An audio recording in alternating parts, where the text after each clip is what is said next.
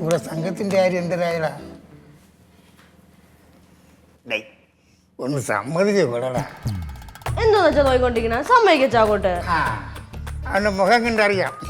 അവൻ സമ്മതിച്ചടി. പിന്നെ നിങ്ങളെല്ലാവരും കൂടെ നിർബന്ധിച്ചുകൊണ്ട് ഞാൻ ഓക്കെ. പക്ഷെ ഒരു കാര്യം ഞാൻ പറയാം മണി, പിന്നെ ഇതിന്റെ പേരിൽ എനിക്ക് ഉപദ്രവം ഉണ്ടാവില്ലേ? അതെന്തോന്ന് വർത്തമാനം? ഞാൻ എന്തോന്ന് ഉപദ്രവം ഉണ്ടാക്കാൻ പോണ്?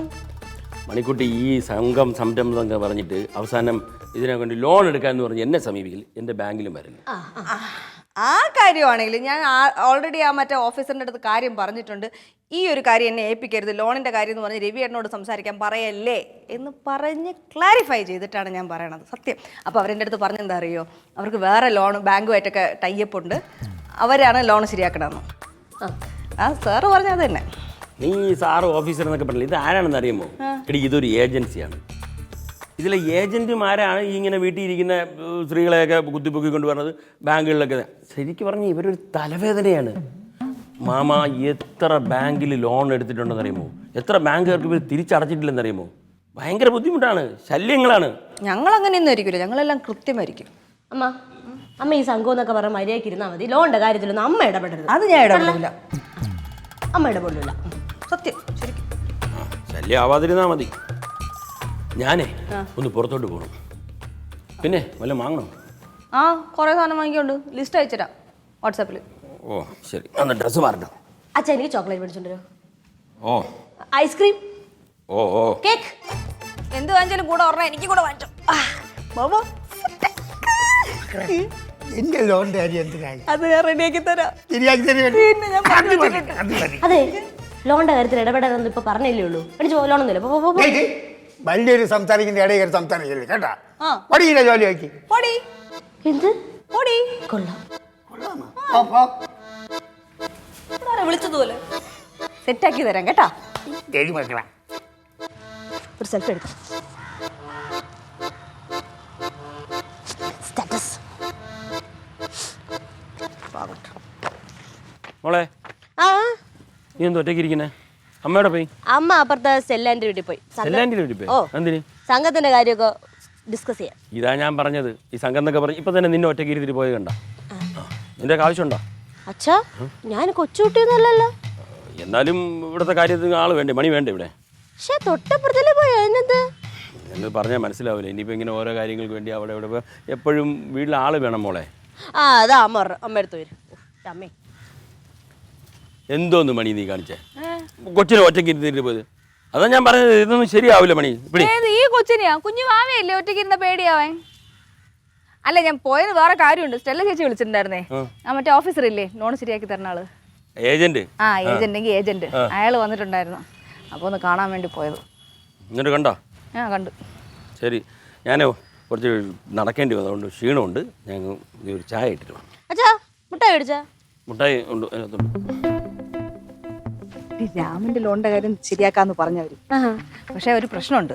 ഇത് വനിതകൾക്ക് കൊടുക്കുന്ന ലോൺ ആയതുകൊണ്ട് ചിന്നുവിന്റെ പേരിലേ എടുക്കാൻ പറ്റുള്ളൂ. ഇപ്പൊ ചിന്നുവിന്റെ ഇതൊക്കെ കൊടുക്കണം, passport size photo, Aadhaar card, pan number, check leaf, അങ്ങനെ എല്ലാ കുറെ സാധനങ്ങൾ കൊടുത്താലേ കിട്ടുള്ളൂ. ഇത് അക്കൗണ്ടിൽ വരുന്നതും ചിന്നുവിന്റെ അക്കൗണ്ടിലായിരിക്കും. അപ്പൊ ലോൺ എടുക്കാനും പറ്റൂല, അഥവാ എടുത്ത കാശും കിട്ടൂല അല്ലേ? പൊടി, അങ്ങനെയൊന്നുമില്ല. സത്യം. അപ്പച്ചി ഇതൊന്നും ഡോക്യുമെന്റ്സ് ഒക്കെ കൊടുക്കും തോന്നുന്നുണ്ടോ? അത് ഞാൻ പറഞ്ഞാൽ കൊടുക്കാത്തത്. ഞാൻ അച്ഛന് ചായ ഇട്ട് കൊടുക്കട്ടു. വാ, ഞാൻ പറഞ്ഞു പറഞ്ഞെങ്കിൽ വാ, ഇല്ലെങ്കിൽ അവിടെ ഇരി.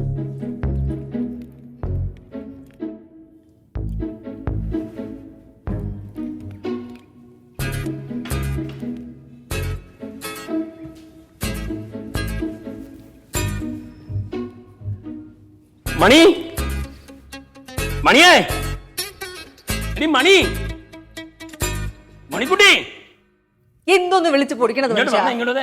മാമാ, എന്ത് മാമ കൂടെ പറഞ്ഞു. മാമാ ഇങ്ങനെ പറഞ്ഞ കാര്യമുണ്ട്, പറഞ്ഞുതരാം. നീ പറഞ്ഞില്ല ആ ഏജന്റിന്റെ പേരെന്താണ്? എടി, ആ സംഘത്തിന്റെ ഒരു ഏജന്റ് ഉണ്ടെന്ന് പറഞ്ഞില്ലേ? രാജേഷ്. ഇയാളാണോ അത്? ഇത് തന്നെ. ഇയാളാണോ? ഈ ന്യൂസ് വായിര് കേട്ടോ, ഉറക്കെ വായിര്. ഞാൻ വയ്ക്കാം. ബാങ്കുകളിൽ വ്യാജരേഖ ഉണ്ടാക്കി വായ്പ തട്ടിപ്പ്, ഒരാൾ അറസ്റ്റ്, തിരുവനന്തപുരം.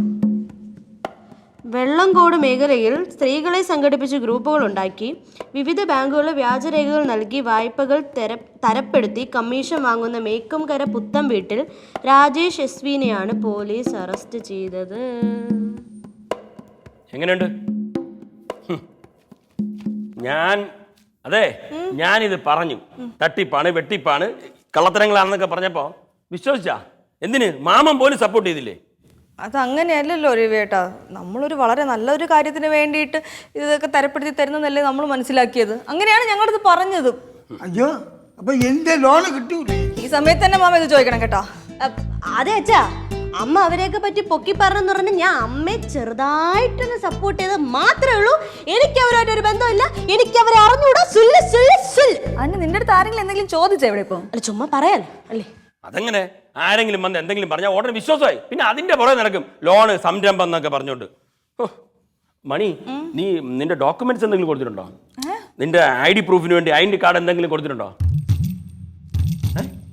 ഈ കൊടുത്താ ഏതെങ്കിലും പേപ്പേഴ്സിൽ ഒപ്പിട്ട് കൊടുത്തിട്ടുണ്ടോ? അതും ചെയ്ത് കൊടുത്താ? അറിവും വിവരം ഉള്ളവളാണ്. എല്ലാം നന്നായിട്ടുണ്ട്. ഇനിയിപ്പോ എല്ലാവർക്കും പോലീസ് സ്റ്റേഷൻ, കോടതി എന്നൊക്കെ പറഞ്ഞ് കയറി ഇറങ്ങി നടക്കാം. എല്ലാവർക്കും ജയിലിൽ പോവാം. അയ്യോ, എല്ലാരും ജയിലിൽ പോവോ? എല്ലാരും ജയിലിൽ പോവില്ല, അമ്മ അത്ര പോളൂ. ഓടി ഓടുന്നു.